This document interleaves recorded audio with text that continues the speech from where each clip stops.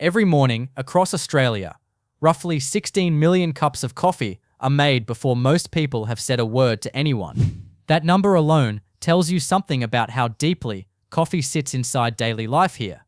But it also raises a question that most Australians never stop to ask. When you reach for the jar on your kitchen bench, when you buy the same brand you have bought for years without really thinking about it, do you actually know what you are buying? Not just the name, not just the price, but what is in it, how it was made, where the beans came from, and whether the claims printed on the label mean what you instinctively assume they mean. Australia did not just adopt coffee as a habit, it built a genuine culture around it. The flat white was invented here. The expectation that a barista knows their craft, that beans have a traceable origin, that the cup you pay for reflects real skill and real ingredients. These are not niche concerns in this country. They are the baseline against which everything else is measured, and that baseline is exactly what makes the instant coffee aisle at Coles and Woolworths such a revealing place to spend a few quiet minutes reading labels. Because the brands that dominate that aisle, the ones that fill millions of trolleys every week, are not all doing what their packaging implies. This investigation looked at 6 of the most widely available coffee products in Australian supermarkets right now. What emerged was not a story about scandal. It was a story about information, about what the label tells you, what it carefully avoids telling you, and what that gap means for every Australian who drinks one of these products every single day. The first brand is International Roast, made by Nestlé. If you have ever worked in a school staff room, sat in a hospital waiting room, or spent time on a construction site, you have almost certainly seen the tin. It is one of the most immediately recognizable containers in Australian retail. An institutional format tin that has occupied workplace kitchens and budget supermarket shelves for decades. Its position in the market is clear. This is the cheapest option available, priced for volume, positioned for settings where coffee is provided rather than chosen. Here is what the tin does not tell you. International Roast is produced using a spray drying process. That distinction matters far more than most casual coffee drinkers realize. Spray drying involves taking brewed liquid coffee concentrate and forcing it through an atomizer into a chamber of very hot, dry air. The water evaporates almost instantly, leaving behind a fine powder. It is fast, it is efficient, and it is cost-effective at industrial scale. What it is not is good at preserving the volatile aromatic compounds responsible for the flavor and aroma that define a quality cup. Freeze-drying, the method used in higher-grade instant coffees, works differently. The brewed coffee is frozen solid, then placed into a vacuum chamber where the ice converts directly to vapor without passing through a liquid phase. Significantly more of the aromatic compounds survive that process intact. The difference in the resulting cup is structural, built into the production method from the start. Beyond production method, the tin offers no information about bean origin. There is no country listed, no variety named, no sourcing standard referenced. Consumer reviews on Australian platforms tell a consistent story.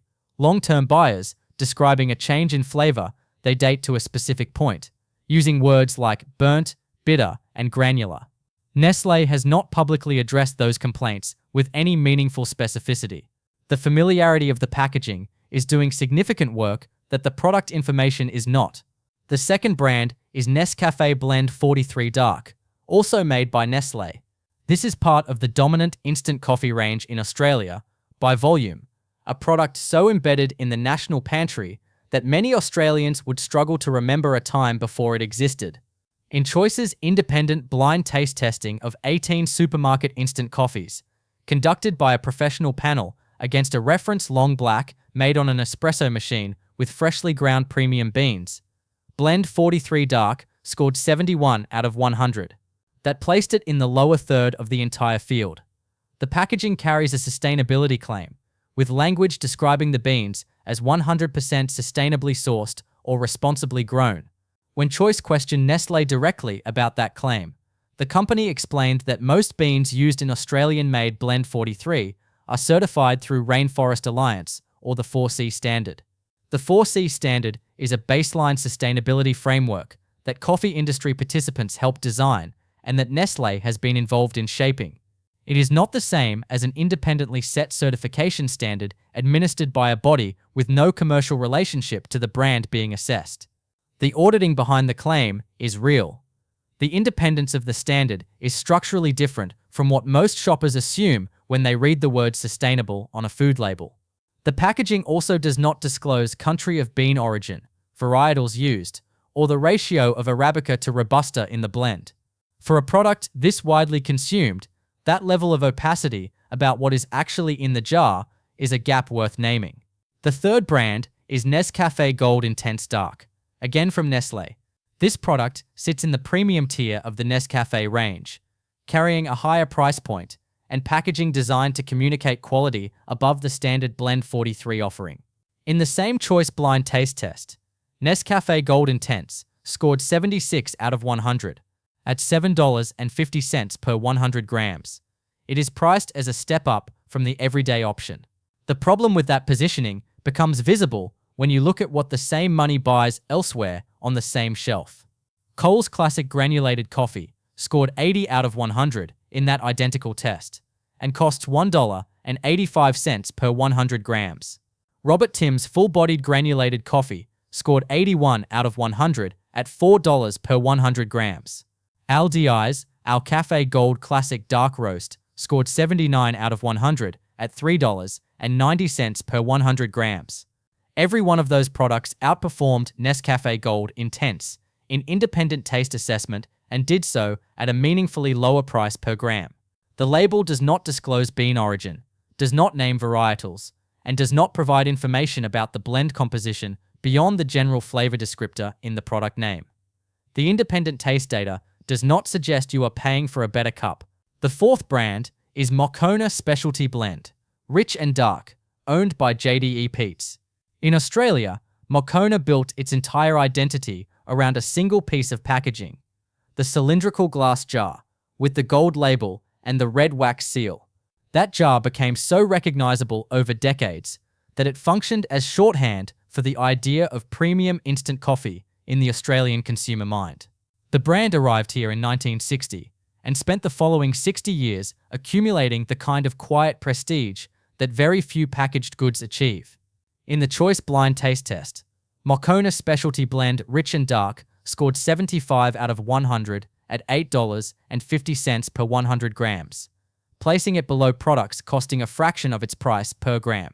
What Australian consumers have documented with considerable consistency across product review platforms is a change in the product itself. Reviews describe the flavor using words like bland, dishwater, and burnt rubber in a cup. Moccona has not addressed these complaints publicly with any specificity. What is documented with precision is the price trajectory. A 200-gram jar available for around $12 several years ago now regularly sits above $28 at major Australian supermarkets. The jar looks identical. The label carries the same gold text. None of the factors driving the price increase are communicated to the consumer absorbing it at the checkout. JDE Peet's, which owns Moccona, announced in August 2025 that it had agreed to an acquisition by Keurig Dr Pepper in a transaction valued at approximately $18 billion, expected to complete in 2026. A brand that most Australians experience as a familiar and timeless presence on the shelf is currently in the middle of one of the largest corporate ownership changes in the global coffee industry. That context does not appear anywhere on the jar. The fifth brand is Starbucks Dark Roast Premium Instant, available at Coles and Woolworths. Understanding this product requires some context about the Starbucks story in Australia. The company entered the Australian cafe market in 2000 with considerable confidence, opened stores across major cities, and by 2008 had closed 60 of those locations in a contraction that attracted international attention as a case study in a global brand failing to read a local market. The diagnosis is straightforward. Australia already had a sophisticated cafe culture built on skilled baristas, quality espresso technique, and locally owned independent businesses that had been developing their craft for decades. Starbucks offered nothing that a good local cafe was not already doing better. The brand retreated to airports and tourist-heavy precincts, catering primarily to international visitors rather than Australian coffee drinkers, making a genuine choice. In the Choice Blind Taste Test, Starbucks Dark Roast Premium Instant scored 72 out of 100, placing it among the 3 lowest performing products across the entire 18-product field, at $14.44 per 100 grams. It was simultaneously the most expensive product tested and one of the worst performers on taste. Origin information on Starbucks at home packaging is limited to broad regional descriptors covering multiple countries rather than specific traceable origin details. For a brand explicitly trading on coffee credentials and asking the highest price in the category, that combination of taste performance and label transparency sits far below what the price and the marketing would lead a reasonable consumer to expect. The 6th brand is Nature's Cuppa Organic Coffee Freeze-Dried. The organic claim on this label carries genuine regulatory weight in Australia. For a product to carry organic certification here, the beans must be grown without synthetic pesticides or fertilizers, verified by an accredited independent certification body. That requirement is real, and the certification is externally verified. In the Choice Blind Taste Test, Nature's Cuppa Organic Freeze-Dried scored 69 out of 100. That was the lowest score across all 18 products tested. The reference long black made on an espresso machine from freshly ground premium beans scored 79. Every other product in the test, including budget home brand options at under $2 per 100 grams, scored higher, at $9.70 per 100 grams. Nature's Cuppa is priced above most of the products that outperformed it in the same test. The organic certification commands a premium that the independent taste assessment does not support. The label does not disclose country of bean origin, does not name a producer or cooperative, and does not identify whether the beans are Arabica, Robusta, or a combination.